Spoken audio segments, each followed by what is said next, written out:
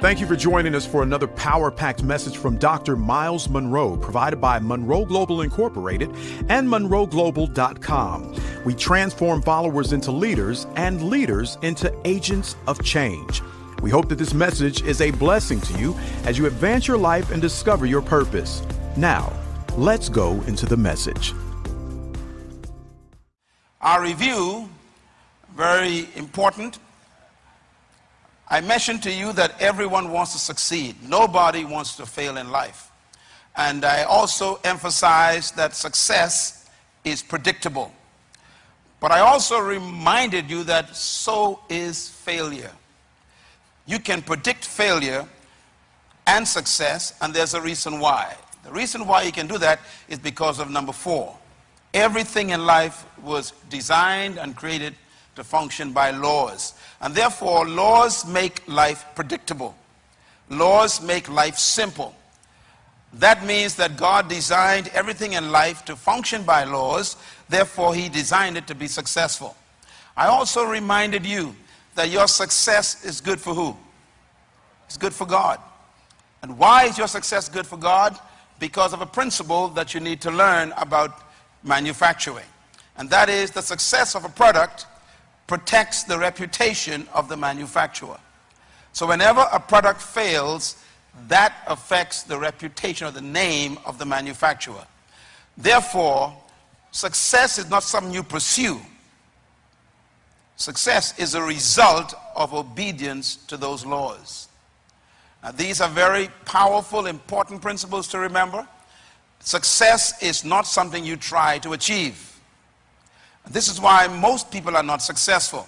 Successful people in history never tried to be successful.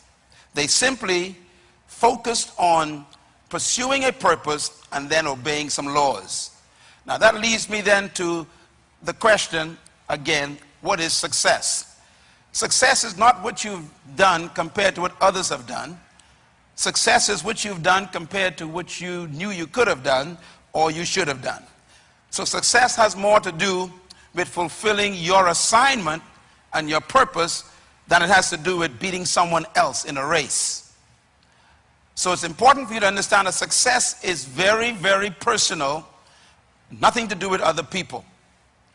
So success in life is discovering 2 things, your purpose and your assignment. We're going to talk about how that works tonight. Success, therefore, is fulfillment and completion of your purpose. Purpose is the reason why a thing was created. A trumpet is successful when it blows a note. So a trumpet on display in your home on the table is not successful. It's beautiful, it's a nice place to put it, but it's a failure. Why? Because the purpose for a trumpet is to blow a note, not for display.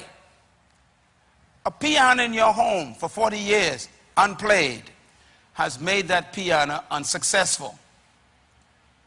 Even though it's beautiful and it makes your home look distinguished, that piano is a failure because it was not created for a furniture piece.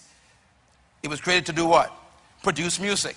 So purpose determines success. So dressing up nice and wearing expensive clothes is simply a well-dressed failure. If you didn't do what you were born to do and you dressed up, you are a well-dressed disgrace to the manufacturer. So life is not about how you dress or how expensive your shoe is. What's important to life is, are you doing what you were born to do? And this is why most people are failing in life. They have not captured yet what they were born to do. Now in Matthew chapter 13, this is our theme we focused on. Jesus talked about when you live in the kingdom, your success is related to some keys, and he calls them secrets. And he said, the knowledge of the secrets of the kingdom of God has been given to you. Those secrets are called keys. In Matthew 16, verse 19, we referred to this in our last segment. I want to read it again. He says, I will give you what? The keys, plural, of the kingdom. There's no key to the kingdom. There are keys, many of them, of the kingdom. Why is this so important? He says because these keys open up heaven or close heaven. They open up life or close life. In other words, keys are determining whether you live a lock-up life or an open life, whether you succeed or fail. Now, what are keys? Keys are laws, principles, or precepts. They are systems that you use. When you go to a locked door with a key, you are taking a law that makes the door submit, and it opens the door. That's what Christ meant when he used the word keys. Keys are systems or laws by which everything functions. Now, I want to give you then an important concept of keys that we dealt with in the last segment, and it's important to repeat it. Keys are principles or laws. Here's some things about principles and laws that you need to remember. Number one, principles and laws are universal. That is important because that means you don't need to change your country to be successful. A lot of people think if I can just make it to a certain country, I'll make it in life. I have gone to countries where people have left their homes, and today they are sweeping the streets in that country, and they have a lower job in that country than they had in their former country. And some of those people having to go back to their countries because they thought that the country determined their success. Some of you think if you were to leave the Bahamas and go to America, you'll make it. Believe me, it's not a matter of where you are located. The issue is, do you know the laws of success? Secondly, principles and laws are permanent. That means they are the same for Moses as they are for you today. Laws do not change. Number three, principles and laws work everywhere and anywhere. Again, that's important. They work in the midst of a crisis, or they work where there is no crisis. They work anywhere, anytime. Number four, principles and laws are not partial. That means laws don't work for certain race of people and then don't work for some other race of people. Laws work for all people. Laws don't work for fat people or skinny people or cute people or white people or black people. Laws work for people if the people work the laws. Number five, principles and laws guarantee success. The only way that you can guarantee something if you follow its instructions. And this is why, again, success is predictable. You can guarantee results if you follow the laws. If you are failing in your life, try and study what laws you are violating. If you are succeeding in life, study the laws you are obeying. There's no mystery to life. And most of us are hoping to succeed in life and don't understand the laws that are established by God to succeed. Principle number 6, principles and laws never can be broken. Why? You cannot break a law. The law breaks you. Don't think you can violate a law and still be successful. It's like running a red light hoping you won't get an accident. You know, you break laws, then they break you. So if you want to be successful, don't try to take shortcuts. Don't try to find your way of doing things. There are laws established in life by the Creator that everyone has to follow. And anyone who follows those laws have the same results. That means point number 7. Principles and laws are inherent and their judgment is inherent. That means that you don't need to be punished if you violate a law. The punishment is in the law. If you put your hand in fire, no one has to burn you. You violate a law, you get burned. And so it is with everything in life. God doesn't really judge us. The laws he built into life judges us. You have sex, well, you get pregnant, who do you blame? Well, you violate a law of fidelity or the law of self-control, and now the judgment is built in, you have conceived a child. And now you want to create another law of violating that baby by committing adultery. And now you kick in a judgment of guilt for the rest of your life. But that child might have been like Myles Munroe. So now you sit around with this guilt because you violated law after law after law. The way you fix that is you decide, I'll never break another law again. That leads to point number 8. Principles and laws protect the product. When you obey the laws laid down by the manufacturer, you don't need to worry about protection. They protect you. Do not fornicate. Well, you can never be pregnant if you don't fornicate. It protects you. You don't got to wonder whether, I wonder if I'm pregnant. I wonder if I'm pregnant. Well, if you had sex, you better wonder all night. But if you never have sex, you can't be pregnant. So the protection comes in obedience to the law. When you stop at a red light, you don't need to worry about getting arrested. The protection is in the law. So guilt comes when you break a law because you're no longer protected by that law. So it is in life with success. Now, that takes me to my point here dealing with God's economic plan. I want to just read this verse again because we're going to zero in on these 4 principles of God's plan for your prosperity. Now, people want to know, does God want you to be successful and prosperous? Let's read Deuteronomy 8, verse 17. You may say to yourself, God says, my power and the strength of my hand has produced this wealth for me. But you must remember, the Lord your God, it is He who gave you the ability to produce wealth, to confirm His covenant that He made to your fathers. God is not against you becoming wealthy, but He wants you to remember where it came from. Secondly, this verse tells us how to become wealthy. And wealth in this verse doesn't come from God in the sense that God gives you money. Read it carefully. What does God give you? The ability to produce. Write that down. Wealth comes from finding your ability to produce something. The word ability here actually means ideas. We're going to talk about that in a minute. Now, how do you get to work out or produce? Produce means to actually work something out or to express something. The first command that God gave man was to work. Work shows up in the Bible before woman. And that's because a man needs work before a woman.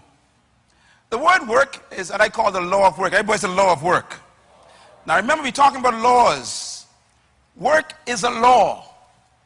That means anything that stops you from working violates a law. So if you want to get something without effort, you're violating a law. If you want something free, you are violating a law. That's why God doesn't like beggars. A beggar is somebody who wants something without effort. Let me quote the King David says, I have never seen the righteous forsaken, nor his seed beg for bread. Notice the condition, righteous. What is righteous? Staying in line with the laws. He said, if you stay in line with the laws, you will never be a beggar. Why? A beggar is not a worker. And the first law God gave man was to work. Matter of fact, let's read it. Genesis 2:15. And the Lord God took the man and put him in the Garden of Eden. And he commanded the man to what? To work and to care for it. First command of God, work. Everybody say work. Say it loud. Work is not a curse. The curse occurs in chapter 3. The curse is not work. Work shows up in chapter 2 of Genesis. No devil, no sin, no demon, and God says work. Why? Because work is the reason why you were created. Let me explain what I mean. The word work is the word ergon in Greek and Hebrew, the transliteration of the word ergon. And the word actually means to become. The word work also means to work out something, to become what you are. I tried to explain this in the last session. For example, it's like talking to a seed to become. What's in a seed? A forest, trees. So when you tell the tree, work, you're telling the tree, become what you already are. That's the word for work. So when God told Adam, work, you're telling Adam, become what's trapped on the inside. So work is not something that the government provides. And that's why you're broke. You're looking for jobs. You're waiting for some investor to come and give you a job. If the investor doesn't come, you can't find a job, you can't pay your bills, you're kicked out of your home, and you can't work. Ladies and gentlemen, this is why it's so important for you to remember that work has nothing to do with your understanding. Let me just get rid of this for a second. Work has nothing to do with your finding a job. Work has to do with finding who you're supposed to become. Is that clear? That's the word for work. I am successful because I'm not doing something. I am becoming something. Write this down, please. Very important. Work is like a seed becoming a tree. It's like a bird flying. A bird was designed to fly. That's its work. So when a bird is flying, you can actually say the bird is working. When a tree comes out of a seed, you can say the seed is working. When a fish is swimming, you can say the fish is working. Why? It's becoming what it is. Therefore, work is like a seed becoming a tree. Now, let me just say this quickly. Not all jobs are your work. Most people go to a place where they can't become. Why? Because you are restricted by what the job tells you to do and what you cannot do. And this is why most people hate their jobs, because their jobs actually suffocate their real gift. And so they find themselves hating Monday mornings, going to a place they don't like, and they can't wait to leave it because it's like a bird trapped in a cage for 8 hours. Why? Because you are not really working. You have a job.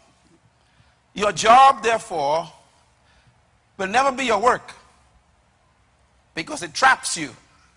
Your work can become your job if you find your work in your job. In other words, if you have a job where you are becoming, then you are not on a job. You're going to work. It's like a singer who was born to sing and he has a singing business, a job. Well, he's not going to work. He's not going to a job, rather. He's going to work every day. Let me say something very interesting. Jesus said all the time, I work the work of him that sent me. And then he says, I do the work of him who sent me. And then he says, my Father works, therefore I work, and I came to work the work that the Father gave me to do. He never says job. Jesus had a job, you know. His job was a carpenter. His work was redeemer. He said, I didn't come to be a carpenter. I came really to redeem the world. That's my work. And my work is to do what? The will of my Father. That's an important statement. My work is to do what? The will. What is will? The original intent of the manufacturer who sent me. So work is becoming what you were born to be, and work, therefore, can become your job if you are doing in your job what you were born to do. Is that clear? And this is, by the way, this is why most jobs kill people. Jobs can kill you because you can actually be trapped in a place for 40 years, suffocating your life and living in bitterness and hatred and anger, and you are always irritated because you are in a place you don't want to be and don't like to be, and therefore you hate everybody every day for 40 years. And the Bible says what? Bitterness dries up the bones. That means it creates cancer. You ever heard people say, this job is killing me? They are correct.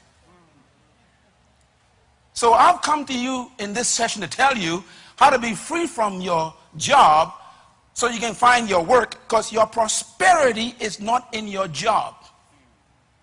Your prosperity is in your work. And just explain how that works now. Okay, write this down, please. Your goal in life is not to be employed. Say that with me. My goal in life is not to be employed. Say it again.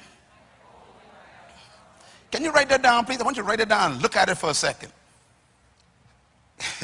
The number one promise of your governments is jobs. So your goal is to get a job. The young man here tonight comes out of high school. First thing he's told, go get a job. They never say go get a business. The guy who just comes out of college, this lady with a PhD or a master's degree, comes back home, first attempt, got to find a job. It's as if we believe we were born to be employed. But I want to change your thinking tonight. Write a new word down. You were born to be deployed. Everybody say deployed. Say it again, deployed. Employment means somebody else controls you. Deployment means you release what's on the inside of you. Those who deploy themselves employ others. Deployers employ. If you're tired of being employed, focus on being a deployer. I'm going to explain what a deployer is in a minute. But that's where your wealth is. Those who deploy themselves determine their own value. Those who are employed, their value is determined by the one who employed them. So a salary is really someone else's opinion of how much you are worth. When you deploy yourself, you establish your own worth. So a job is employment. Work is deployment. Employment prepares you for deployment. When you go to a job, always remember this is temporary. I am going to use this opportunity to deploy myself. In other words, deployment activates your gifts and energizes your life, not employment. People who are employed are always complaining. Don't look now, you're sitting next to one. You know, this whole stupid job, I'm tired of being here. These folks don't trust me. They don't know what I'm worth. They don't understand me. I hate this place. I'm supposed to be raised. How come I'm getting no raise? I ain't getting promoted. I mean, and they spend years just employed and complaining while they are employed. And the complaint is coming from the fact that their gift is not being activated. Therefore, there's no excitement and no energy in their lives. When you go to a place where your juices come out, where you can release all the desires and the gifts on the inside, you can't wait to get there. As a matter of fact, 5 o'clock becomes depressing when you are in your work. You don't want to leave it. You know, birds don't get tired flying. Did you know that scientists have discovered that birds get energy from flight and that fish get energy from swimming? That means if what you are doing are wearing you out, then that's a sign that you are not in your work. A person who is in their gift hates sunsets. Why? They want the day to be longer because they can't wait to stay in what they're doing. But if you can't wait for 5 o'clock, you watch your clock from 3 o'clock till 5. That means you are not in your work yet. You are on a job. You are employed and not deployed. Write this down. Deployment is the use and the serving of your natural gift to the world. Deployment is the use and the serving of your natural gift to the world. They asked Michael Jackson one time, why do you love singing so much? He said, because singing is me. It is me. And that's true. Remember, work is what you want. It's becoming what you are. So he called it going to work. Singing is not a job to a real singer. So when you find your gift, when you find your deployment, you actually find the gift you serve to the world. And the world will pay you for being yourself. Can you imagine getting paid for something you like to do?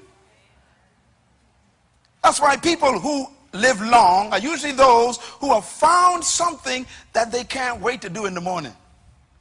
Because it's good for your health. It gives you, actually, your adrenaline begins to get higher, and your systems of throwing against disease is so high because your immune system actually finds strength from a good attitude. It protects you from getting sick. Remember, jobs do kill. Make a note of this. Your future is in your seed gift. It's not in your job. It's in the gift that you have. So let me put this way then.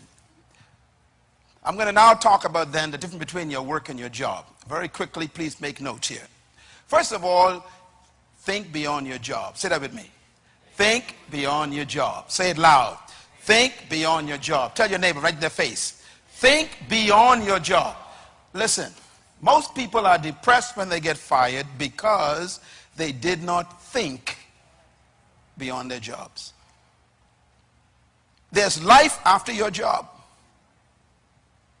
There's life after retirement. And believe me, nothing is more dangerous today than retiring.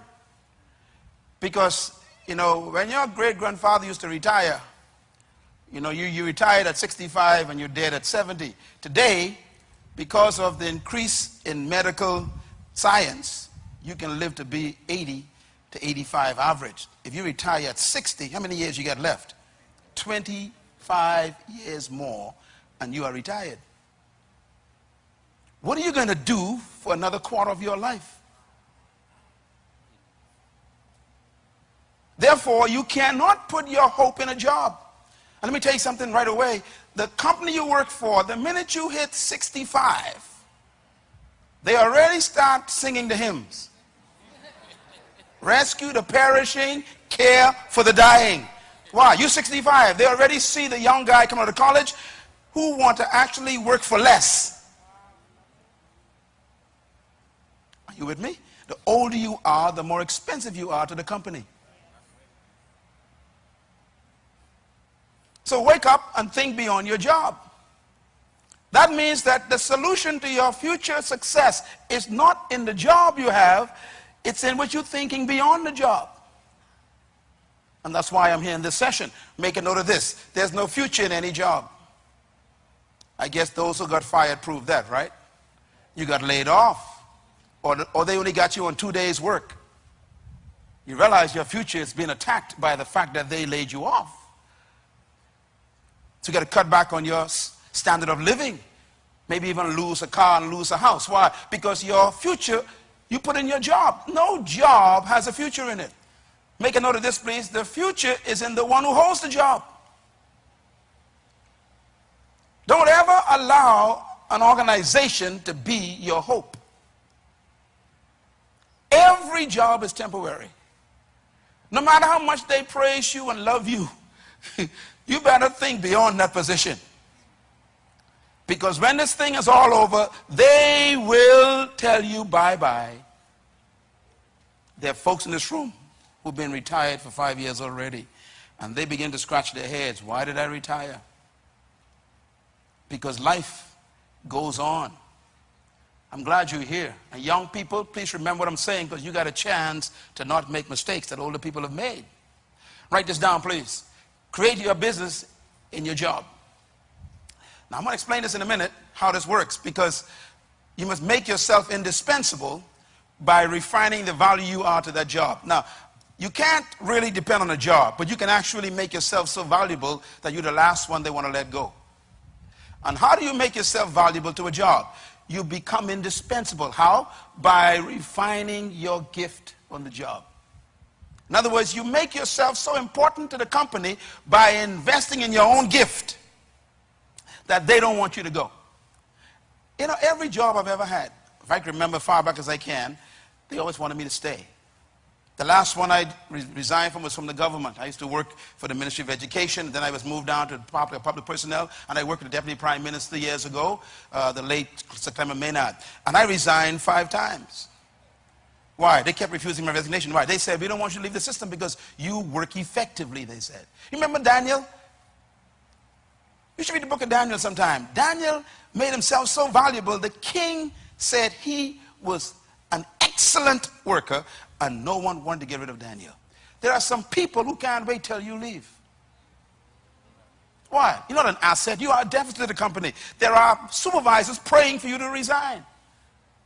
Why? You are not a help to the company. You've made yourself a problem rather than a solution.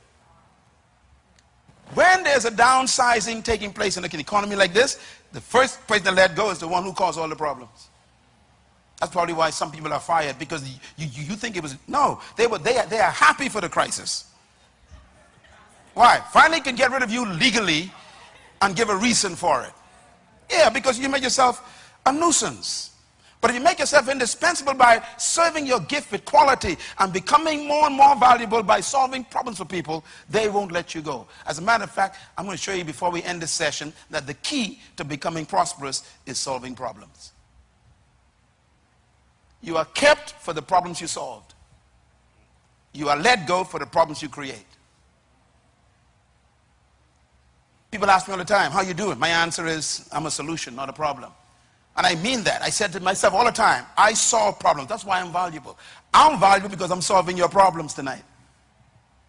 If you want to become the same way, you got to be able to find problems that you can solve and then solve them. Don't look for a job, look for a problem. People looking for money. Don't look for money. Look for a problem. You solve problems, you get paid.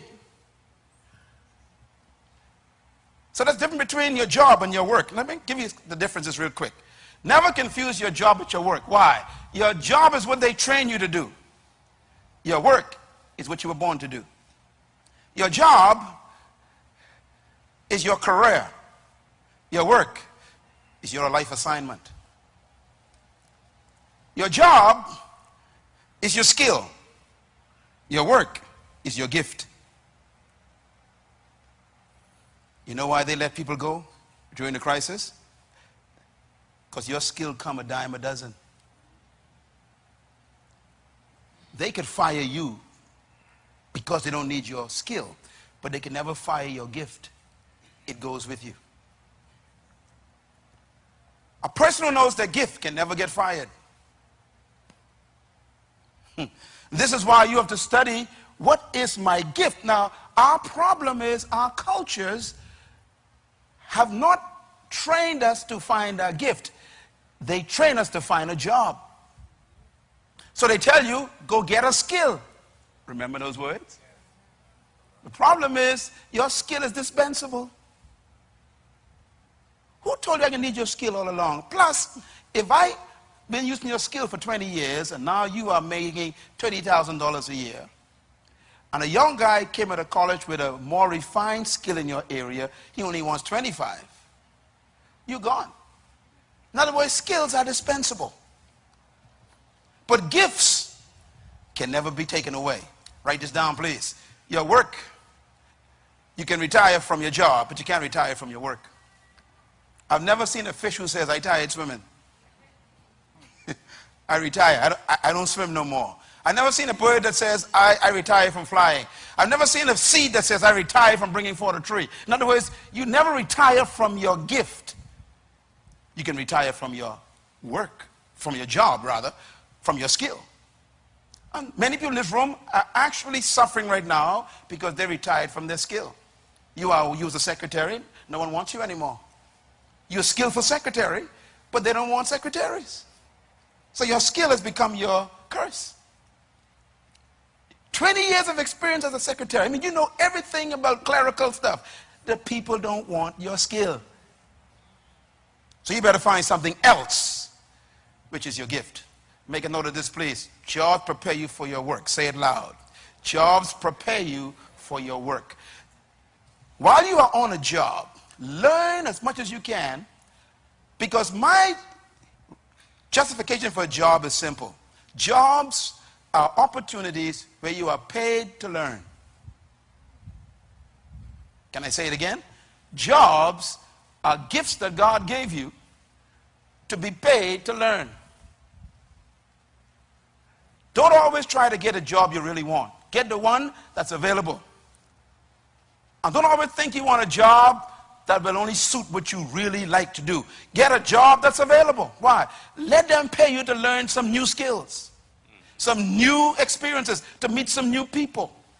How many people have helped me who I used to work with years ago, and that relationship still lasts, and now they are managers of a bank, and we used to work in a warehouse together. So now that relationship has actually opened doors for me to get a loan because I worked at that warehouse. My friend is the manager.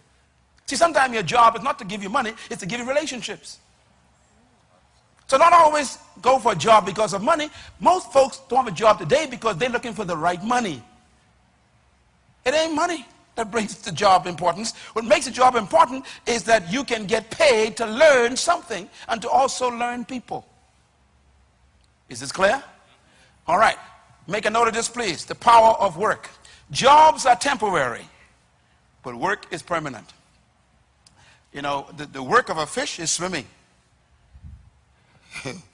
Swimming in a certain part of the pool is his job. If you took the fish out of the pool and put him in a pond, have you taken away his ability to swim? His gift went with him, even though you fired him from the pool. See, when they get rid of you, carry your gift with you. Wherever you land, keep on swimming. Because it wasn't the skill that they took away from you. It was the location for you to be in your gift. No matter where I am for the rest of my life, I can never be poor again because I've discovered my gift. I will not allow my country or my culture to determine my value anymore in my life. No one will ever determine how much I'm worth anymore. And you got to get to the point where you are free from the spirit of jobs and you ignite the spirit of work and use every job to refine your work. Make a note of this, please. You can never retire from your job, from your work rather, but you can retire from your job. Retirement is not in the Bible. It's a capitalist concept. Retirement is not even biblical. You are never supposed to retire. You're supposed to simply finish your work and leave. I have finished my course. Paul never retired. Christ said, it is finished. He didn't retire. You leave after you finish something. Some of the most miserable people in the world are retired people. Do you know why? You were never created to stop working. What is work? Becoming. If you stop becoming, you stop existing. No wonder why you're so paranoid and hate everybody. Because you ain't being yourself lately. People who live long are those who have found something that they love to do all their lives. If you can't wait to get rid of your job, it's because it's not your work. Number 4, your work protects you from your job. Write that down. If you learn your work, you're not afraid if they take away your job. When they threaten to fire you, you should say, it's okay. Why? You could take away my job, but you can't take away my work. You can take away my skill, but you can't take away my gift. You can take away the activity, you can't take away the ability. Your gift is more important than your skill. And number 5, write it down, please. Your work is your seed. We're getting into deep stuff now. Everybody say seed. Your work is your seed. What do I mean by that? Let's talk about this for a minute. The most important verse in the Bible that I've ever read that set me free from employment is this one. It was read tonight. As a matter of fact, I was showing Pastor Roll my Bible tonight. How many of you have an NIV? Hold it up, please. An NIV Bible. Come on, Freeport, hold it up. Anyone got an NIV? New International Version. Hold it up in there. NIV. Now, I told you all a long time ago to buy the NIV. Some of y'all still got the King James. The NIV is probably the best translation I know because the scholars were honest. The work they did in the translation of the Hebrew and the Greek is one of the best in history. Let me read. Please turn your Bibles to 11th chapter of Ecclesiastes. Let me show you the difference between the NIV and your Bible. Big difference. NIV says, verse 1 of 11 Ecclesiastes, verse 1. Ship your grain across the sea. What does your King James say? Cast your bread upon. See, completely different. In Hebrew, it means ship your grain across the sea. That means become an exporter. Next verse. After many days, you may receive a return. A return means dividends. You get a return on your investment. This chapter is about business, not about a loaf of bread. ship your grain where? Across the sea. Now, this is completely opposite to what the Bahamas is doing. We're not shipping grain across the sea. We are importing the grain. So someone else is getting the return.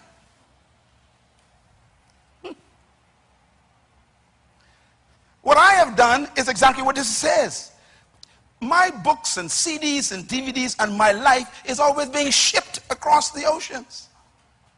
So I'm getting the returns on that shipment. In other words, you're not supposed to be a consumer. You're supposed to be a producer.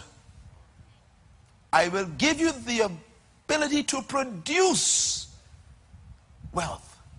The exporter will always be richer than the importer. The Bible says don't put all your eggs in one basket. You got this one job. You are a barber, okay? You're a barber. Brother Smith is a barber. Suppose Brother Smith broke his hands. Fell down and break his two hands. The barbering is gone. So what he should do is actually go beyond barbering. He should now import hair products just in case his hand get broken, he can sell products. Don't put all your eggs in one basket, it says.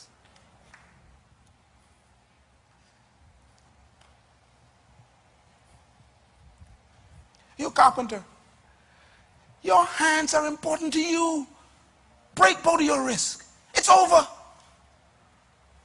So you better learn to import furniture while you're a carpenter and learn how to get in touch with those who you buy wood from. Say, I'm going to be a wood supplier just in case my hand broke. I sell wood to the other carpenters. I don't need my hand to sell wood. In other words, invest in 7 ventures, it says. But I won't get to that, you know. Let's get down to this verse.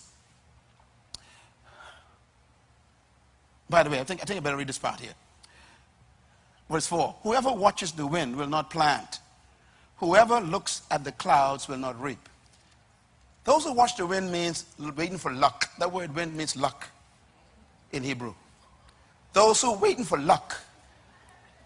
You're all smiling. I wonder why you're all smiling. It said those who watch the wind will not plant. That means they will not go out and work.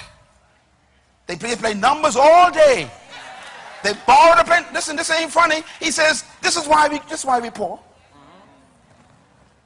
He who watches the wind, who watches for luck, will not work, he says. Whoever looks at the clouds will not reap. As you do not know the path of the wind or how the body is formed in the womb, so you cannot understand the works of God, the maker of all things, said therefore, this verse, sow your seed where? In the morning, and in the evening, let not your hands be idle. That's the verse you must remember. Sow your seed when? In the morning, and in the evening, let not your hands be idle. Listen to the Bible. This is the best advice I ever heard in my life. BFM was built after 5 p.m. This place that's worth millions was built after 5 p.m. I had a job. Henry had a job. Richard had a job. We used to meet after 5 p.m. and work till 2 a.m. in the morning building this. Why? Sow your seed in the morning. That means go to your job in the morning. What's the next verse? Read it. And in the evening, don't turn on the TV and watch Two's a Company. Or is it 3? Don't watch Friends. In other words, the guys who you're watching already with rich. He said, when you go home, don't watch TV.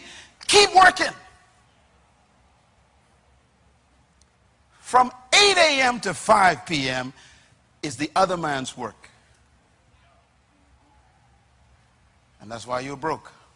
Because from 5 p.m. to 12 midnight, you watching TV, eating potato chips. The Bible says, no, when evening comes, let not your hands be idle. I do more work while you are sleeping than when you are awake. I guarantee it. My wife would tell you the hours I put in after 12 midnight. The books I write while you're sleeping. People say, how can you write books? While you're sleeping? The Bible says, if you fall in love with sleep, you shall grow poor. The Bible says that. I gotta go to bed at 8 o'clock. You will never be wealthy. Because the 8 hours from 8 a.m. doesn't belong to you. They tell you when to come, where to do, where to go, what to do, when to go to lunch, when to come back, and they control your entire life. That means the only life you own is after 5. You can never grow from 8 to 5.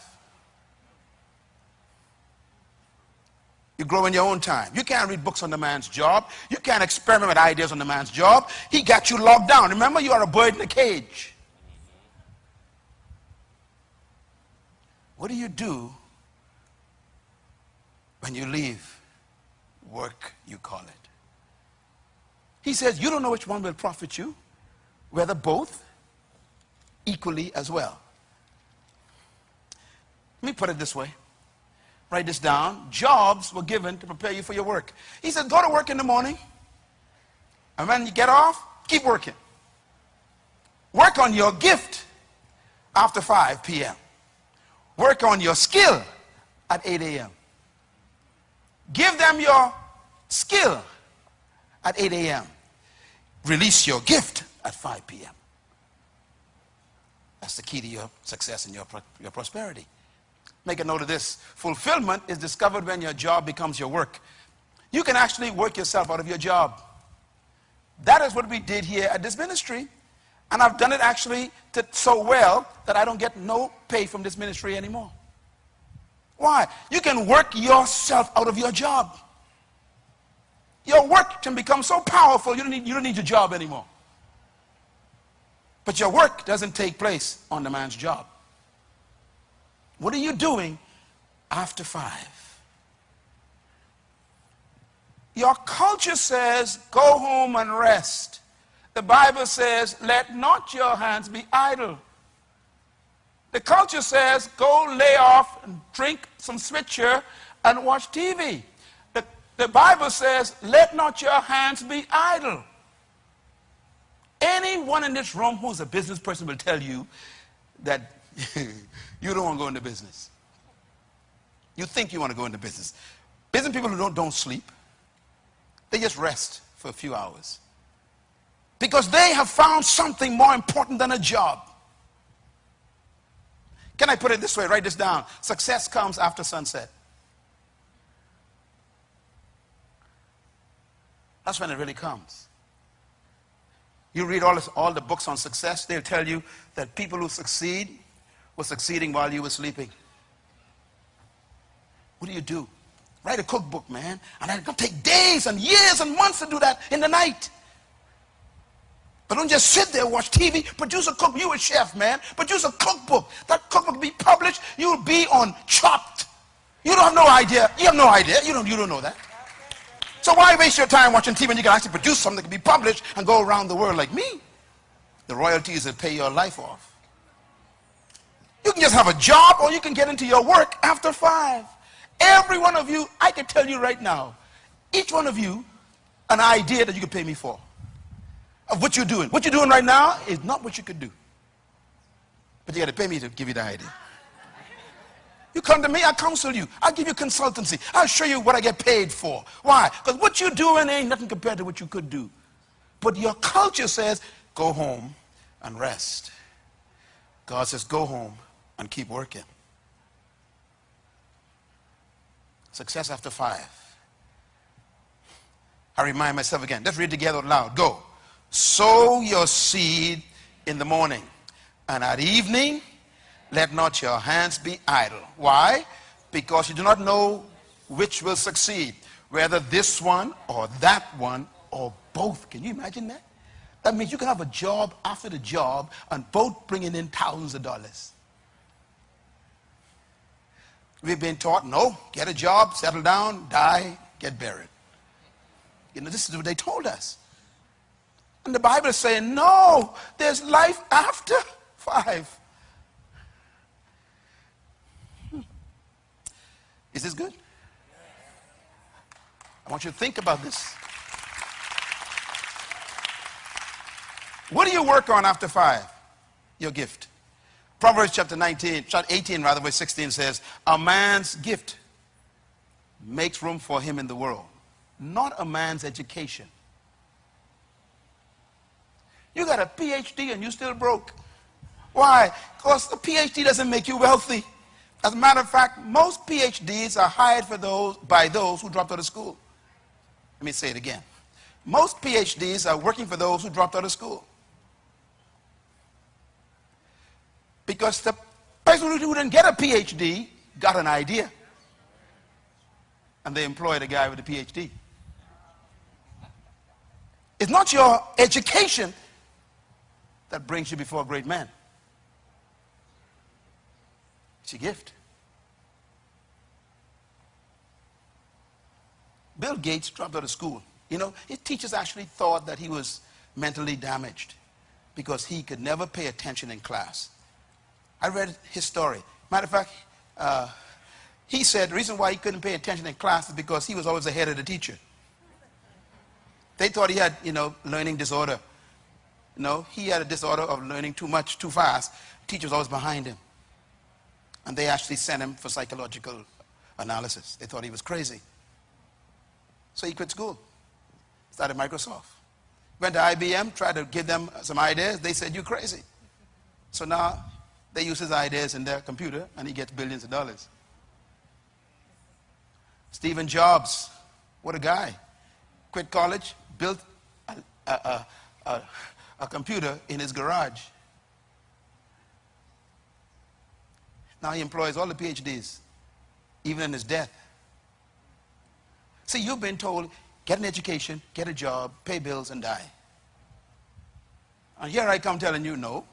Find your gift, deploy your gift, become wealthy, and live. And bless the world. And employ people and help them. Your gift. Your gift is more important than your skill. Now here's something I want you to remember. Write this down. You always have what you were born with.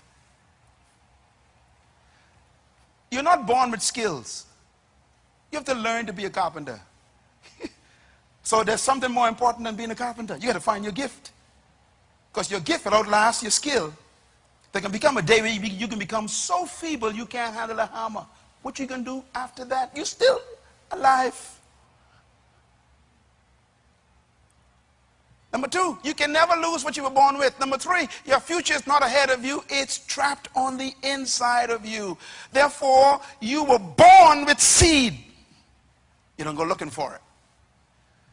So the key to your life is discovering and developing and serving your seed gift to the world.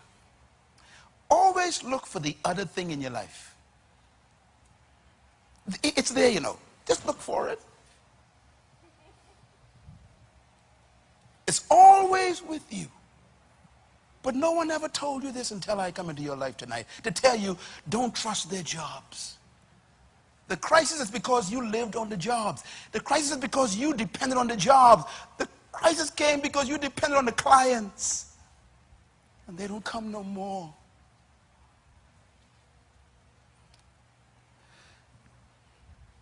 May God have mercy on us. There's hope. Yes, the hope. Seeds are never in recession. Isn't that beautiful? When I went to Haiti for the first time, I saw plants growing. I was shocked. Because the United Nations, based on their statistics, say that Haiti is the poorest country in the world. The only problem is no one told the seeds. Got my point? The seeds don't care what's the poorest country in the world. They're going to grow once they get the right environment. That means you ain't supposed to care what they say about the crisis. Once you get the right environment, you're going to bring forth. You're going to grow. Seeds are never in recession. Gifts are never in recession. Jobs are in recession. But not work. Hallelujah. There's something that's bigger than you, and it's inside of you. When I was praying for tonight, I was praying that God would ask me. I asked God, I said, God, show me how to get on the inside of a person and yuck it up. yuck, yeah. How to get inside your spirit and yuck up your gift and let you see it. This is you. You are not what they called you. They give you titles. Don't trust their titles. Find your gift. Your seeds are never in recession. My friends, let me give you these last points before I get to the 4 principles. 2 words. 1, employment. What is employment? Bahamians, please write this down. Employment is the opportunity to serve your gift in the context of a corporate group. And usually you benefit other people. Deployment is different. Deployment is the discovery of your gift and serving your gift to your generation. You can be deployed or employed. You can deploy your gift in the context of other people's control, or you can deploy your gift to your whole generation, and they will bless you. When you begin to see life beyond your career, beyond your skill, you become a generational changer. This is the difference between employment and deployment. And I challenge you tonight to think about where you are in your life, your age, whether you are young or old. Think about, where am I in the scheme of this teaching? What's happening to my life? How many more years I could have left? Some of you are divorcees. Some of you are widows or widowers. And your life is at a point where you say, what am I supposed to do next? And God says, I'm going to tell you tonight. Find your gift. Serve it.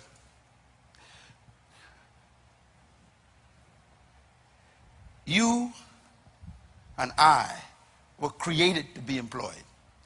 God created seeds to bring forth trees. He created birds to fly. He created fish to swim. He created you to bring forth. There's something that made him create you. And that thing is the key to your prosperity.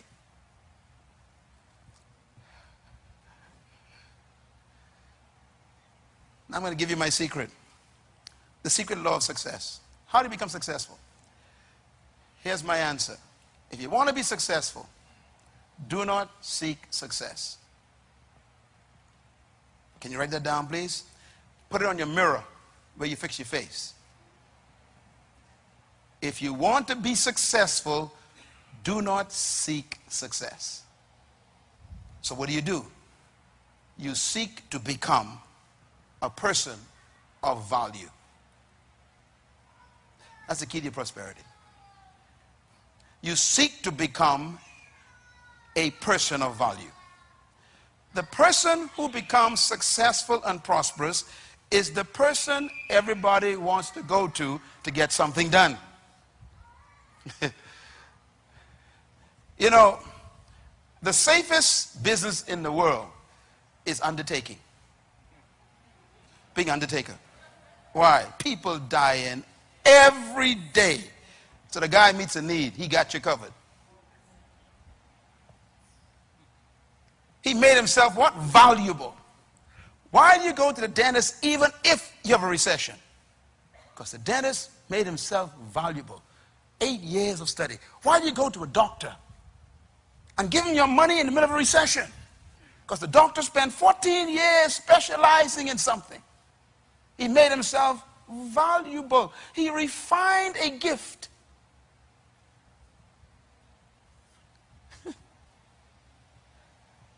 Why do you take your money to the lawyer? Because the lawyer spent 6 years refining the law. And so you take your money and give it to the lawyer. Why? The lawyer made himself or herself valuable.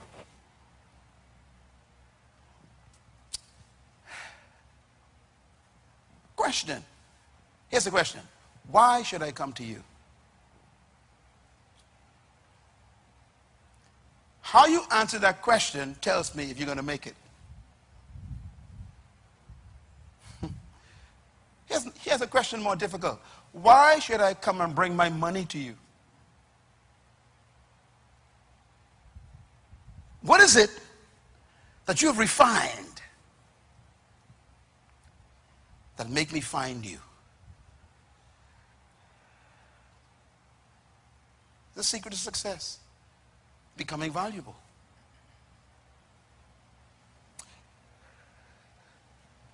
So here's the process of becoming valuable. I'll give you the secret. Number one, to become valuable, first, you must determine what your gift is. Some people may have one or two. Like me, I have 3 or 4 gifts. That was my problem most of my life until I figured it out. You got to choose one and focus on it. But I got a lot of gifts. I'm a musician, naturally. I'm a writer. I'm a public speaker. I am able to actually produce music. I can do a lot of stuff. I have to decide which one I'm going to focus on, that's all. Listen, you don't want to be a jack of all trades and master nothing. Write this down. You are paid for what you master. People ain't looking for you who's a general contractor. Some of them wonder why they can't find jobs. You're too general. You better find a specific area that you focus on where they're going to need you. They come look for you. Don't just be a carpenter. Find a niche. I'm the creator of bookshelves only. And put it out there. You will see business coming to you like crazy. If you say, I'm just a carpenter, hey, a dime a dozen. And they start comparing you to others. But if you only make shelves, bookshelves, they can't compare because not everybody just make bookshelves, you see. And now you become valuable because you have what? Become a refined gift. That means you become significant. Significance makes you valuable. Significance means you are different from the others. Everybody sells shoes, fine. A lady came one time, she said, Pastor Myles, I want to open a shoe store. I say, don't. She said, why? I say, everybody's selling shoes. She said, but, so what do you advise? My advice is that, I said, now this is free. Only sell baby shoes from 0 to 5. You'll make it. Today she has one of the largest shoe stores in New Jersey. People fly from different parts of the state to buy shoes. Why? They ain't got to wonder if there are baby shoes in that store. Of course, she ain't pay me nothing. In other words, you can't just sell something. Sell one thing that is you. Uniqueness. That leads to point number 4. Everyone's created to born with a unique gift that makes them valuable. That means your success is in your gift of value. There's something that you were born with that other people don't have the way you have it.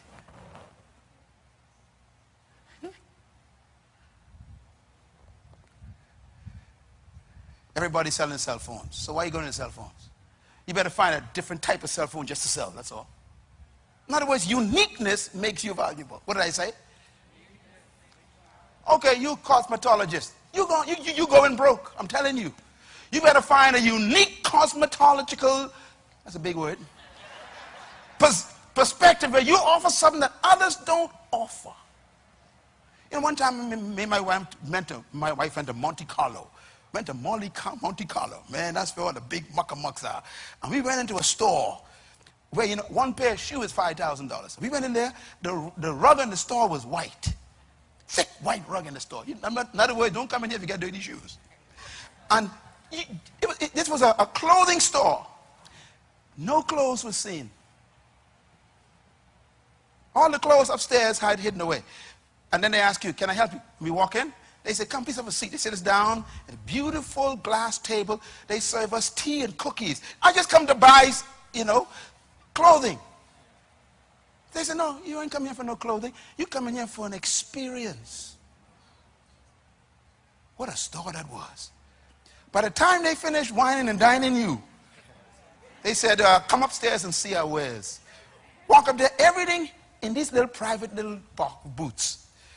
I tell my wife now, go for the cheapest thing here, because this is a rough place. I saw one dress, it say $28,000. I said, oh yeah. Honey, come on this side over here.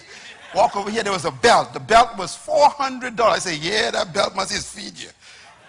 And like I saw a purse, $5,500. Just a little purse. I said, take me in the wrong store. But we already drank the tea and ate the cookies. We had to buy something. You remember that store, baby? It was a rough store. We had to buy something. My point is, they were unique. That's why people fly all over the world, come to that one store and buy one dress. Now, here you are trying to make $5,000 a month in your store. They make $5,000 on one dress. Because they're not selling dresses.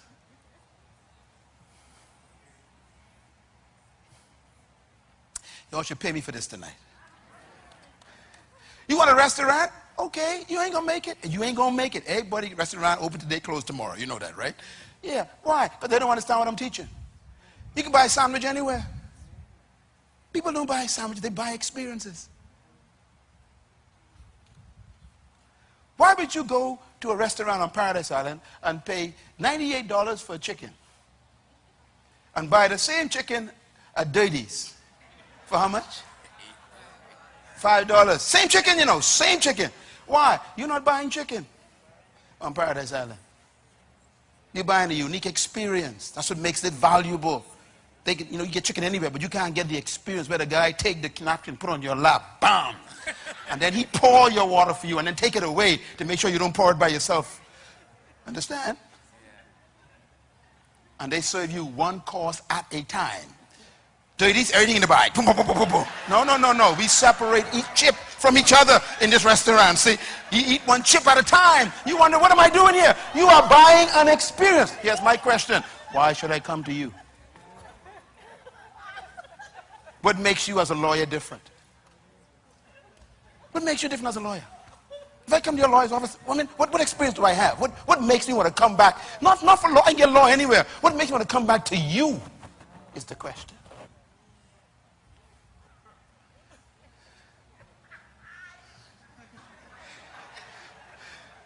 Is this good stuff? All right. The test of your gift. All gifts will be tested for authenticity. In other words, when you start releasing your gift, get ready for hell to break loose. Can I say it again? All gifts will be tested. When you decide to become a deployed person, your enemies wake up.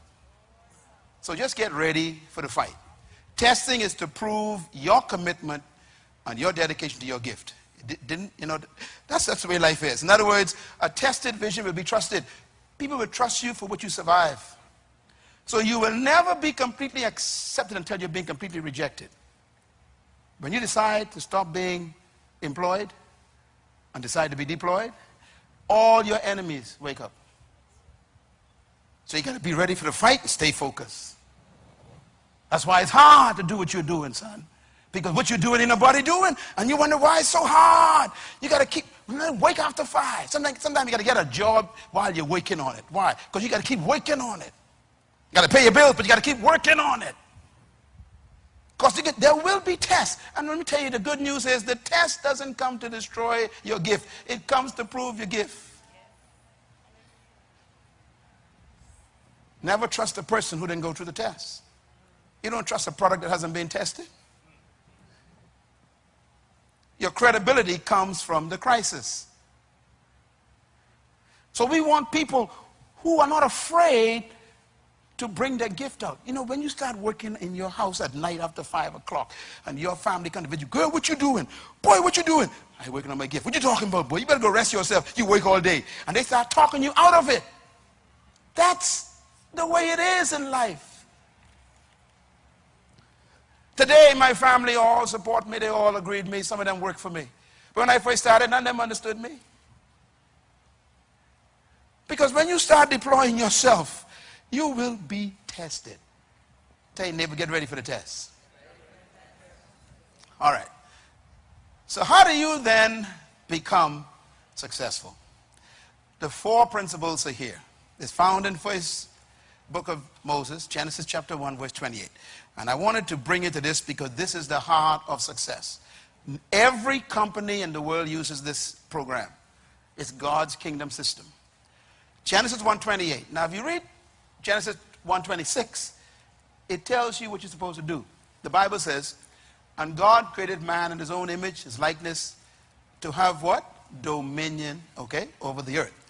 Verse 27 says, so God created them male and female and blessed them and said, have dominion. So that means both male and female, same instructions, have dominion. Now, God is a good God. He knows what he made. He knows why he made it. But he also tells it how to produce it. Remember now, he said, I can give you what? The ability to produce the wealth. So verse 28 is God's giving you the strategy to dominate. Oh boy, help me. So God is saying, look, I don't just want to tell you what to do. I'm going to show you how to do it. He says, the Lord blessed them and said unto them. What is God doing? He's talking. Who is he talking to? Humans. What's he saying to them? Instructions. And he's giving them instructions for what? To learn how to dominate in the earth. So you got to follow the instructions. This is not funny. This is the most important instruction in the world. He says, first of all, be fruitful. Secondly, multiply. Third, replenish. 4, subdue. And what's the last line? And then you'll have dominion. You were born to dominate in an area of gifting that people will pay you to do. I repeat, you were born to dominate in an area of life that people are supposed to pay you to do it. I repeat, you are supposed to dominate in an area of life that people are supposed to beat the door down to get to you, to pay you to do it. And here's how it happens. God gave us a secret. Now, I must be honest with you. The people of the world have done this more successfully than the people in the body of Christ. Matter of fact, the world has stolen God's principles and applied them more effectively than the people who claim they got the light. Let me quote, write this down, please. Luke chapter 11, verse 16. It says, the children of this world are wiser than the children of light. Therefore, go to the world, I'm quoting Jesus, and learn from them, that you may have riches in this life and the life to come. I am quoting Jesus. Please listen to me. He said, look, go to the world. Why? The children of this world, the children of this world, that means the world system, are wiser, he says, than the children of light. The word wise means to apply. They are applying my principles more effectively than you who shouting and speaking in tongues. He says, so don't despise them, don't get mad at them, and don't get jealous of them. Go to them, he says, and learn from them. That's in the Bible. Now, here's the problem. You've been taught by your religious background, stay away from them. Christ comes and says, go keep company with them and learn what they're doing. Why? Because they're applying what I taught you better than you applying it, because you don't even know it, and they know it, and that's why they're successful. They're employing you. How come you work for a sinner? Because laws have no respect for whether you're saved or unsaved. You keep the law, you get the results.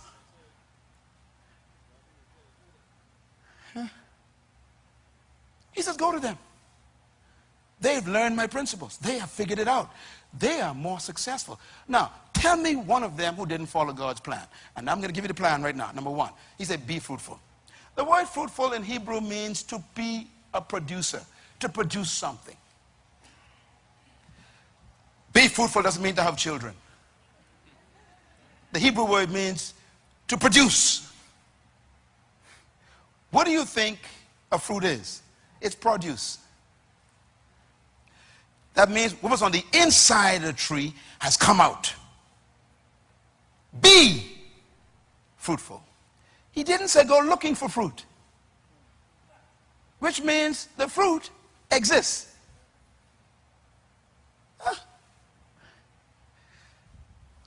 Be productive. And then he says, now that you produce a fruit, Let me use myself as an example. This is my book. I wrote this. This is mine. It says here, USA Today bestseller. That means millions, you know, sold. Okay. I stayed up while you were sleeping and produced this. It took me months and months to produce this. Hard work. I'm doing 2 books right now. I've been doing them for the last 6 months. One will be finished in November. The other one will be finished not until April next year. What are you doing? So when I go home after I leave it tonight, I don't go to bed. My wife will tell you, I work. My fruit came out of me, my fruit. Now, here's the problem. This is my fruit. Can this make me wealthy? No. No. Only got one.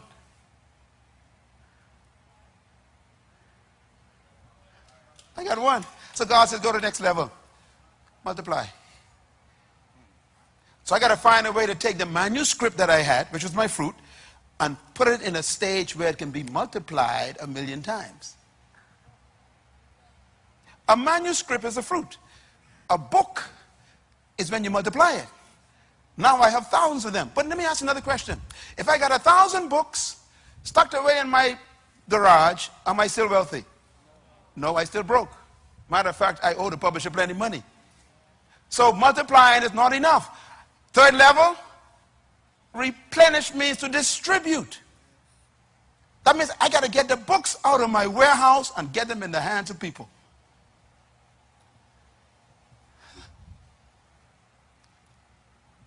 Okay, now I got my books out and I sell 3,000.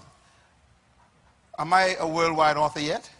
No, because 3,000 gone, only 3,000 people get. That's even, less than 10% of our population. So I got to do something else. I got to move to the 4th level. I got to subdue. Subdue means to control the market. Control the market means when you start distributing your product, it becomes the most important one in the market. So that when people think of it, they think of you. Let me give an example. What is McDonald's known for? Big Mac. Interesting, Big Mac. They sell all kinds of things, but Big Mac is their fruit. Can you buy a Big Mac everywhere? No. So they got you cornered. You can't even make it at home. You can buy the bread, the burger, the onions, and you still can't make a Big Mac. Because they have refined it. Remember, refine the gift? There's a system that they have. You can never get a Big Mac in your house. You can never make it. It never tastes like it. Okay, so we got a Big Mac. What's the problem?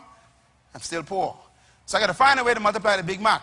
So I got to have what we call machines or people to help make the same burger according to the system.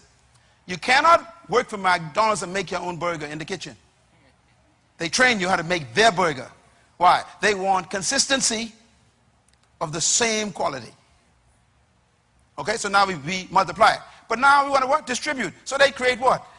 Franchises. A franchise is McDonald's distributing its Big Mac. Now, they have become so widely distributed that they have subdued the market on Big Mac. Nobody got a Big Mac. You want a Big Mac? You drive past Burger King.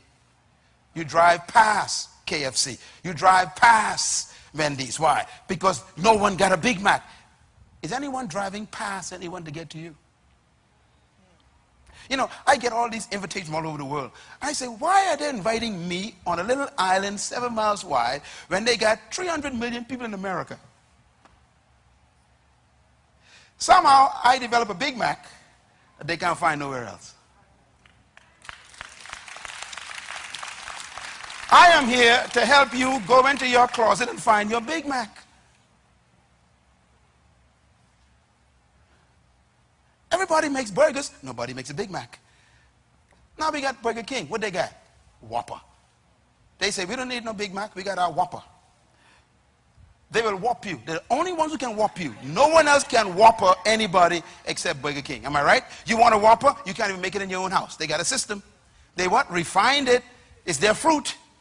They produced it, and now they multiply it, and now they're distributing it, and they subdue the whopper market. You want a whopper, you drive past everybody. You will leave your home and drive miles if you want a whopper. Why? Because they're the only ones with the whopper. They subdue, they control the market.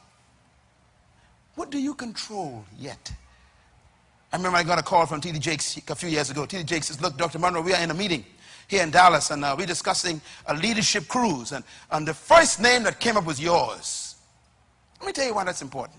Christ says, if you want to be great,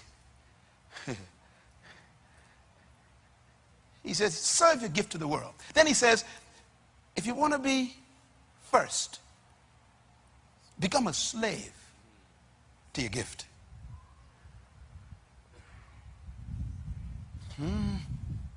Comprende?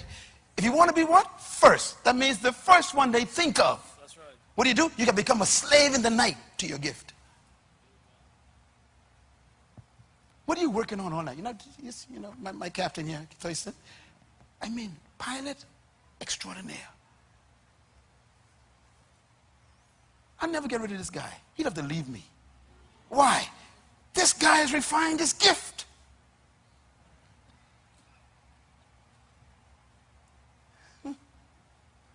What do you have that people will run you down to get? What you're hearing tonight, no one in the Bahamas ever told you. They just told you, get a job. And you know you can't live the way you're living for the next 40 years to try to feed your kids. Take them through college. What you doing can't pay their college rent. You got to find something, and God is saying, I'm telling you what it is. You got to find your gift. Get your Big Mac. Make yourself valuable. Subdue the market. Apple computers. Announcement 2 days ago, right? 48 hours ago, they said Apple is the most successful enterprise in history. $600 billion profit. And the guy dead. What did he do? He made one computer. Apple. What's your Big Mac? I want you to go home and think about, what is it that I got a passion for? Once you produce a fruit, God gives you wisdom to multiply it. He will find you distributors, and you'll subdue a part of the market where they got to come to you. You know, in a few weeks, I'm going to be calling all the business people together, okay? Y'all don't mind, right? I want to have just one day with the business people. I'm going to give you some secrets that they pay me for. I can give it to you free. I'm going to show you how to make your business go to the next level. You blow everybody's mind. I'm going to give you a way to become so different that everybody will find you in the middle of a crisis. You have to learn that everybody doing what you're doing, so you can't do it the way they do it. Everybody making burgers. You know why we like Dirty's? Dirty's got a way to fix chicken. Am I talking right? I mean, you try to fix that home. You could buy the paper bag, take it home, you know, put it in. This thing still ain't got the taste. Why? I think they got some old grease in there that does something that, yeah. You know, and they keep that grease for a few days. You need old grease to get that taste. I don't know, they're doing something, but it's unique.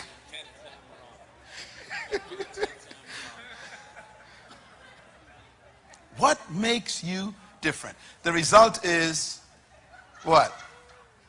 You have dominion. Dominion means to impact the environment. I went on Google today, sitting in my office with one of our workers. I Googled my name. 295,000 results. It was on the first page.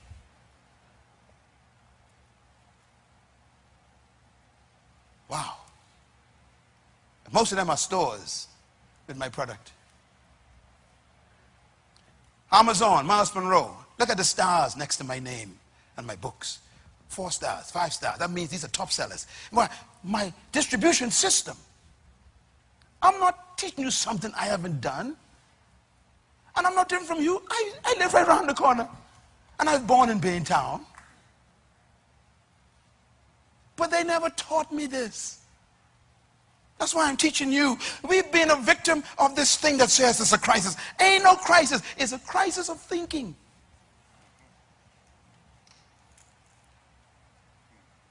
Go home and find your gift. Some of the wealthiest people in the world are sitting in your chair right now.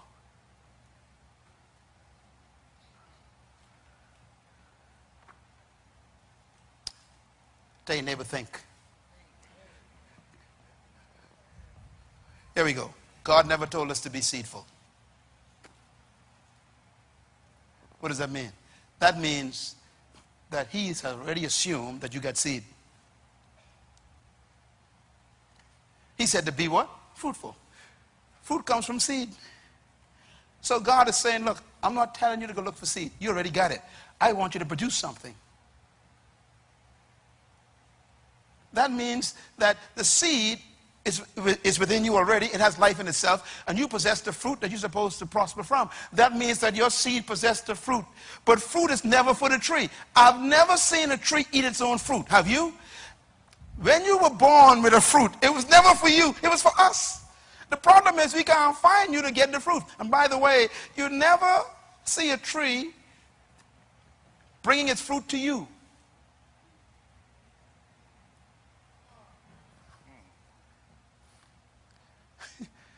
When a tree bears its fruit, everyone is attracted to it. You know, dentists don't advertise, you know. Lawyers don't advertise. They don't advertise much. Why? They got their fruit, man. You'll find them. When you see a mango tree across the fence, laden down with ripe mangoes, all kind of anointing thoughts come into your mind. This fence is in the way. Right? And you will do some things to get to the tree. In other words, the tree simply produces fruit, and the clients find the tree. I have never invited myself anywhere to speak, whether it's a bank or Harvard University or any organization, any church, anywhere. Never have I ever once invited myself anywhere. They came looking for the fruit.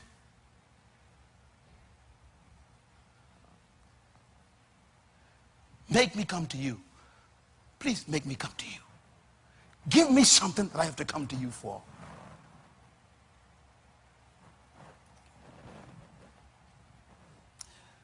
Is this good?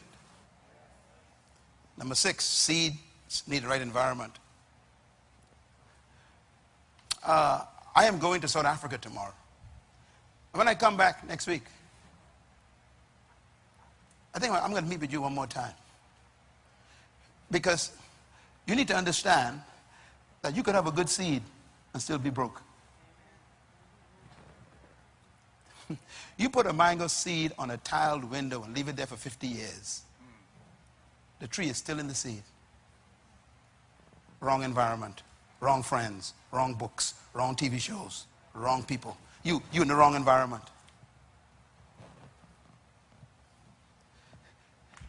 Dr. Munroe ain't got too many friends, you know.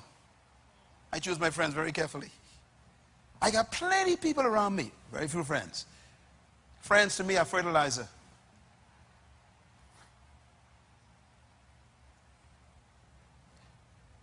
You leave here and you go to your house and there's a dream killer in the house.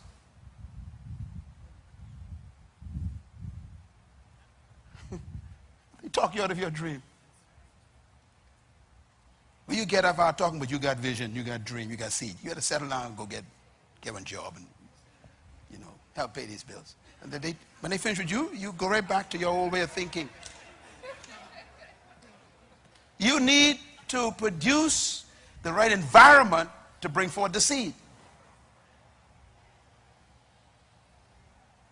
My wife and I went to Egypt. We went to the pyramids.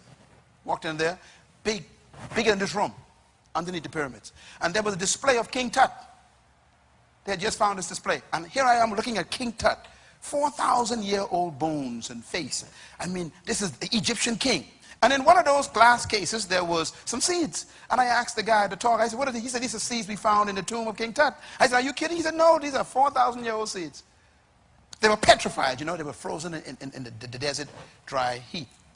I said, are they still good? He said, well, let me tell you a story. He says that we shipped these seeds to Israel, and they did tests on the seeds, and they germinated the seeds. The seeds produced the largest ears of corn and of maize that they ever saw. I said, wait a minute. Are you telling me that 4,000-year-old seeds produce? He said, yeah.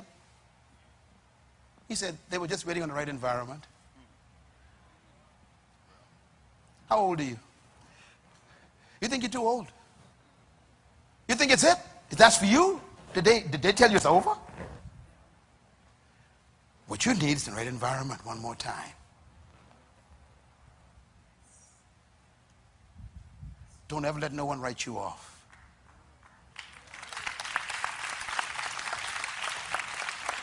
Go home, start again. The Bahamas will kill you. Get free from the Bahamian culture. They done wrote you off. You're a drug addict. You're a prostitute. You are divorced. They are lying. All you need is another environment again, that's all.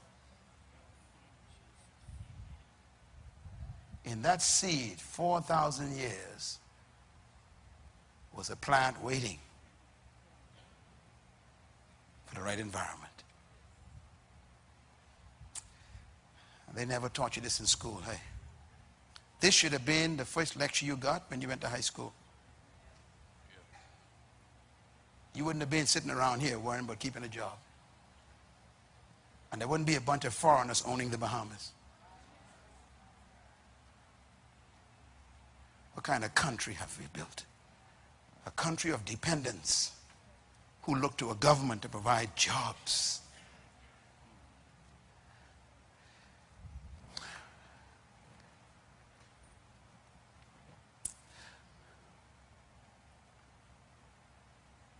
Write this down, please. Every problem is a business. You were born to solve a problem. Say it with me. I was born to solve a problem. Just give me 5 more minutes, okay? Because this is important. This is what your father should have taught you the last 50 years. That's why it's taking so long for me to give it to you. I'm trying to save you 50 years of ignorance in one night. You have to remember that you were born to solve a problem. And that's where businesses come from. A business is simply someone solving a problem. Fast food solved the problem. You ain't got time to eat breakfast in the morning for no hour. So on your way, you stop at a window. And by the time you get to work, you had breakfast. Someone solved that problem. You know what I'm missing? Shoe shine boys. I'm missing them. My shoes need cleaning right now. I ain't got no time to clean those shoes. If you stop asking for money, think about a solution.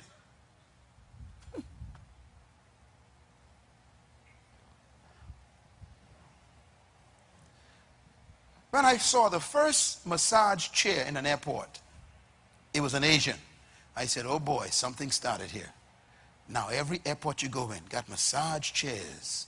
Why? Because people get tight when they travel. They need to relax. So someone saw a problem. Now that's $1 billion business. 10-minute massage for $10. 5,000 massages in one day. It's $500,000. Somebody said, we can solve this problem. Why don't you go around, just look in the Bahamas and look for some problems? Why? God gave you the ability and the gift to solve a problem, and therefore whoever solves the problem becomes wealthy. We ain't got no poverty problems. We got blindness problems. We don't look for solutions to problems. We look for problems to complain about.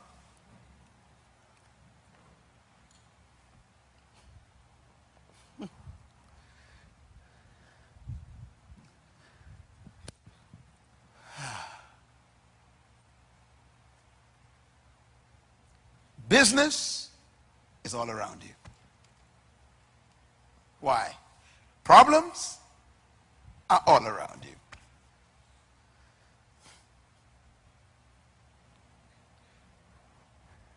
Why do people put, like those things, like those kind of Rasta type look in the hair? You know what they say? They say because it's easy to fix. Just shake it and you go to work. You know what I'm talking about? Yeah, the natural look, I guess, is, yeah. I asked my daughter, I said, daughter, why not? She said, I got time to fix no hair in the morning. I just shake it and go to work. Someone solved the problem. We put the stuff, fix it. You don't got to worry about it. That's a solution. That's not funny. That's a solution. People don't want to spend an hour in the morning fixing the hair. Don't laugh at that. What are you doing? What are you doing? Study the problems. Spend the whole day tomorrow just driving around looking for problems. You'll be amazed. Businesses everywhere. Matter of fact, listen for complaints. Every complaint is a business.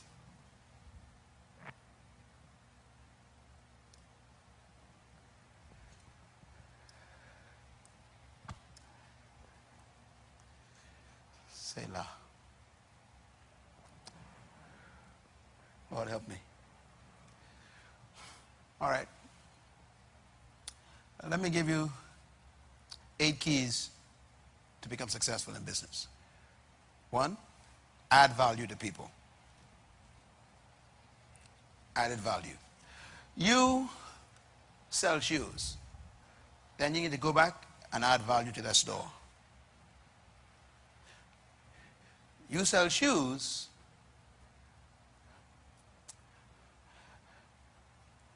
And you serve hot tea to every customer.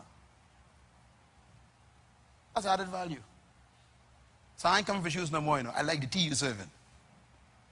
I can tell everybody when you go to that store, you get tea. This ain't funny.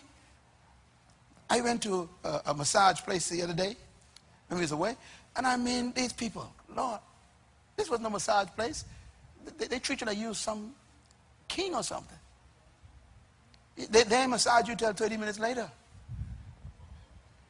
But by the time they finish taking care of you, you don't want to leave. And that's their point. They want you to stay because they charge by the hours. You understand? They don't want you to come out there. Added value. Number 2, be unique. You a barber? Fine. Find another way to make your barbering different. Go away and study some new techniques. Come back, say, I'm the only one who got this technique. Or when you come to us, we serve you cookies and rice or something. In other words, you make something unique about you. Thirdly, quality.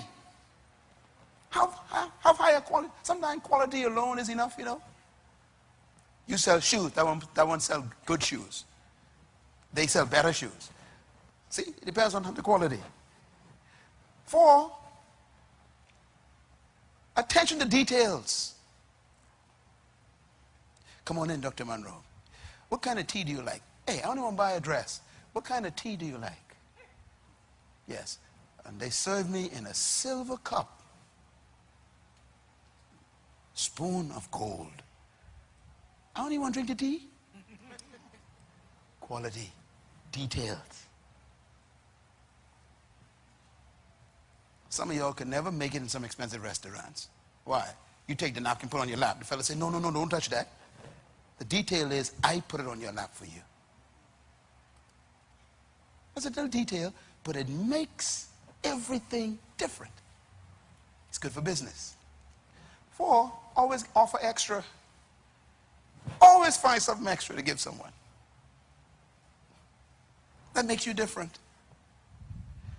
We went to a bank in Florida last week, walking there. And they said, come on in. Would you like some candies? I don't want no candies. But they offering right away, a little extra. We don't want to know what you come for yet. We want to give you something. A little extra. Them candies probably cost, a fraction of a cent each. But it keeps the customer coming. That's worth thousands. Number 6, service. Service means you don't try to play down here. Service. That's a whole new ball game.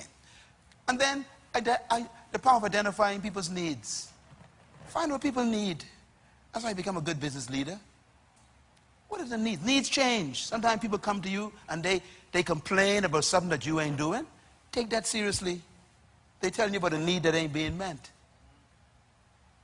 And then number 8, be interested in people. Don't be interested in the bottom line trying to make money. Be interested in people. They'll be interested in you. Sometimes you got to lose something to keep a customer. Lose it. Because things don't come from feelings and hurt. They come from customers. All right. Big line. How do you find your gift? I thought you'd wait for this one. Number 1, how do you find your gift? How do you know what you were born to do? How do you know the thing that's supposed to make you wealthy? Number 1, ask yourself these questions. What is my greatest desire? Go home and study that, please. Take this CD and listen to it. Number 2, what do I wish for humanity? Take a bit of M, please. Have you ever sat down and says, I wish somebody would just do this.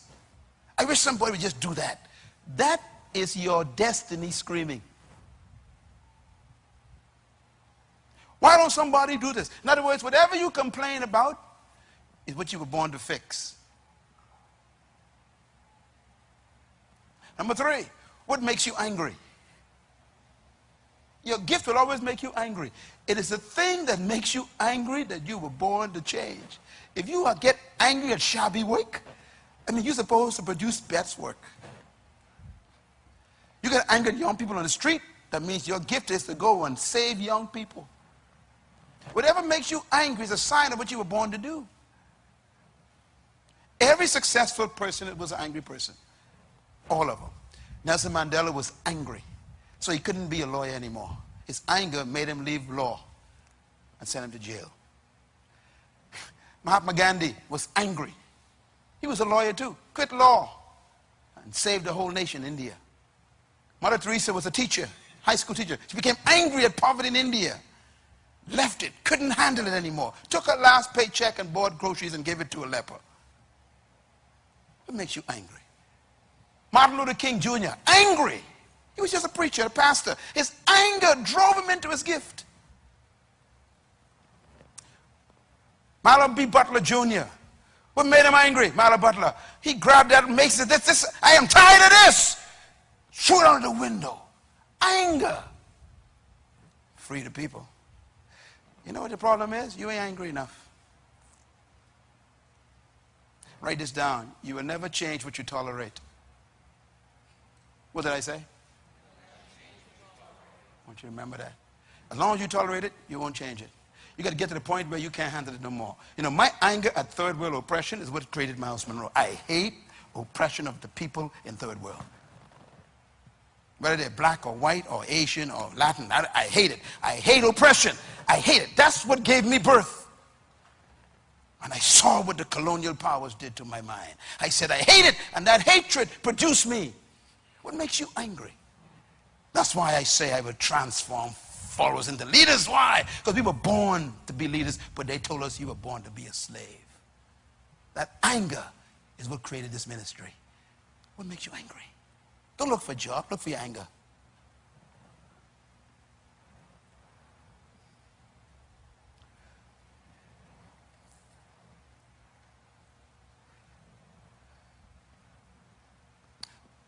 What is your deepest passion?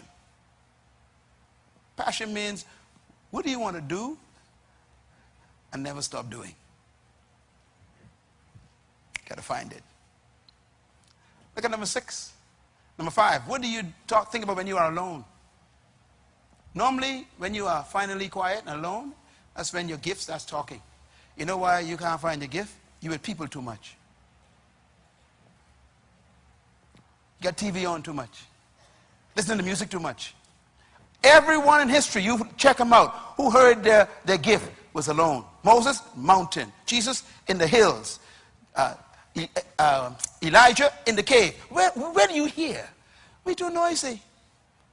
Always with friends. Everybody, let's go. Nobody mean let's go. Go alone and listen to your spirit. You'll find your gift. And your gift is where your wealth is, remember. You don't find your gift among friends. You find it among God. Have you ever taken a walk by yourself for a long time? No, you haven't. You always want people with you. Let's go for a walk. No, no, no. Why don't you just go by yourself? Just go by yourself. I said, Lord, me and you going on a gift-finding walk. We're too noisy. What do you think about when you're alone? The question is, are you ever alone? Some of my greatest revelations come in the shower. Why? Ain't nobody in there with me. It's me in the water. God could talk to me. No music, no radio, no talk shows, all this foolishness. I gotta hear. That's why my life. Be careful with these talk shows. They will talk you out of your gift. Shut them off.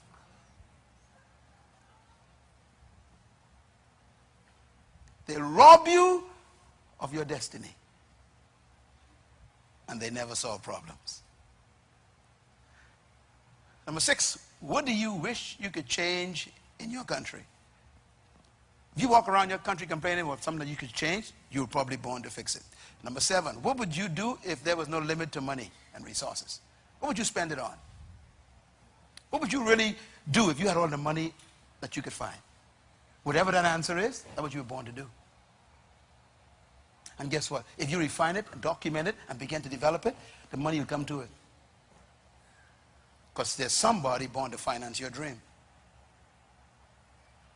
The trouble is they can't find it. They can't find the tree.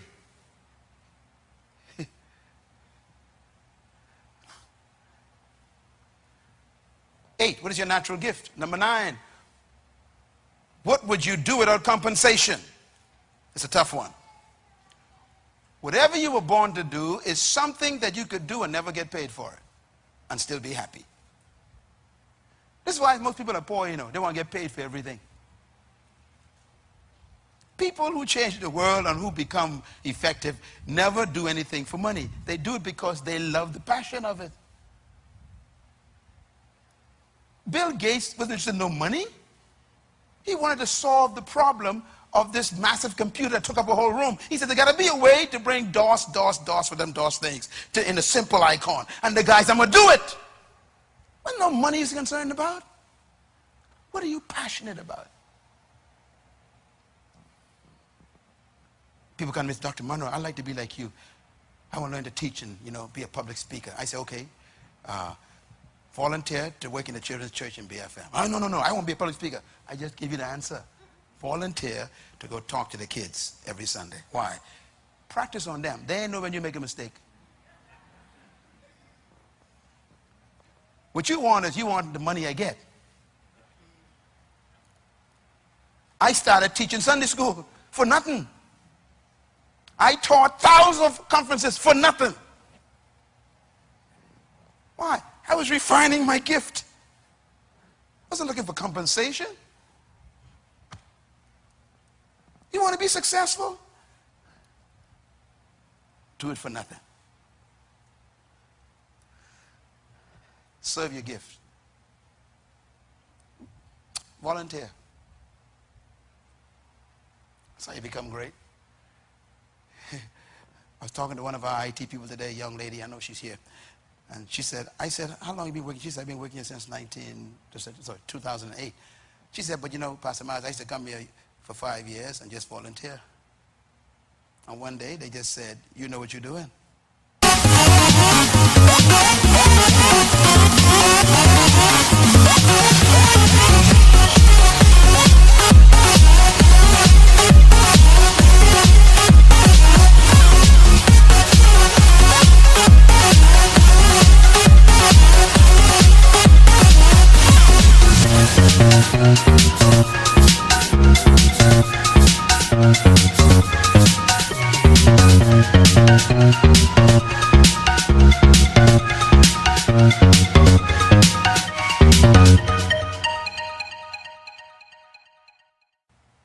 Why don't you come on the staff?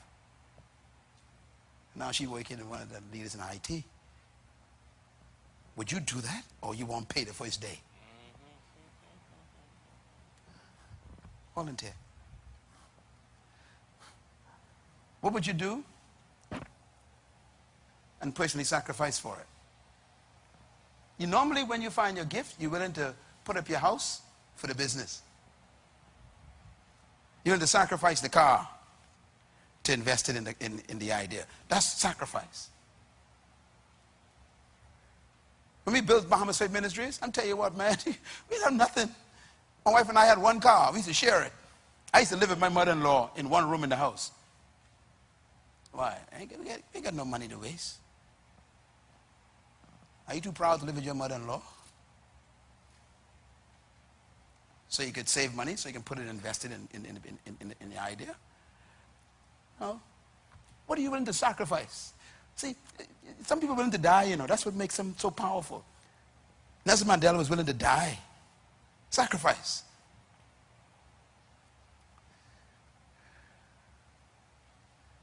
What are you willing to sacrifice for your idea? You may have to sell your house. And you viewed history of these guys, all these big guys you're so jealous of, check them out. They started selling their houses, selling their cars for their idea. They had to sacrifice something because they believed in it more than their own security. Success and prosperity ain't magic. It's laws. These are laws. I was thinking about this year. Find your purpose, find your perception, find your potential, discover your passion, live by the principles, create a plan, be with the right people who can influence you to get there. That means choose your friends. Be persistent, because there can be fight.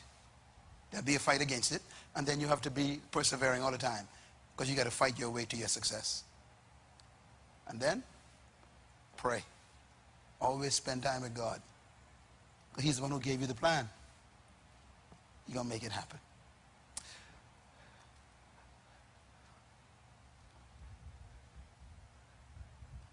I had a final slide here. This is what I wanted to show you. Look at number 7. Write number 7 down. Serve your gift free at every opportunity. I did that. I did it. Serve your gift free.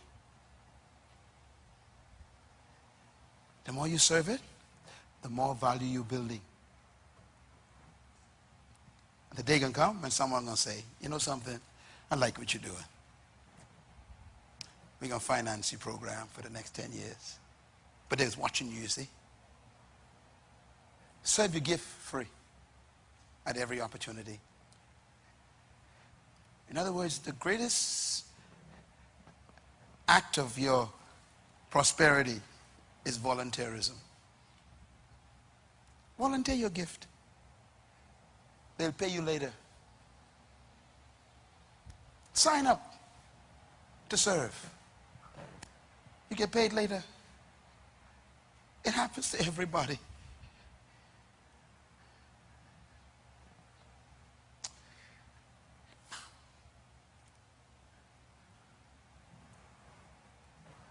I love you. I don't want you to fail. I know it's been long, but it's so dangerous out there, you better get this in here. Life is rough out there. I don't want you to be a beggar. You're a great woman. You're an awesome man. You got more on the inside of you that they haven't seen yet. You are not finished.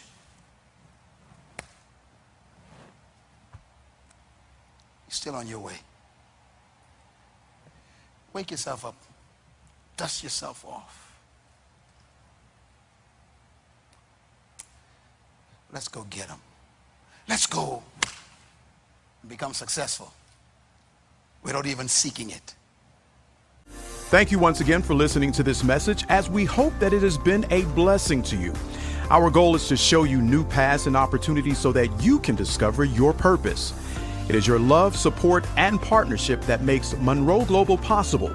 Please visit us online at www.munroeglobal.com for more product, partnership, or to join us at one of our live events around the world.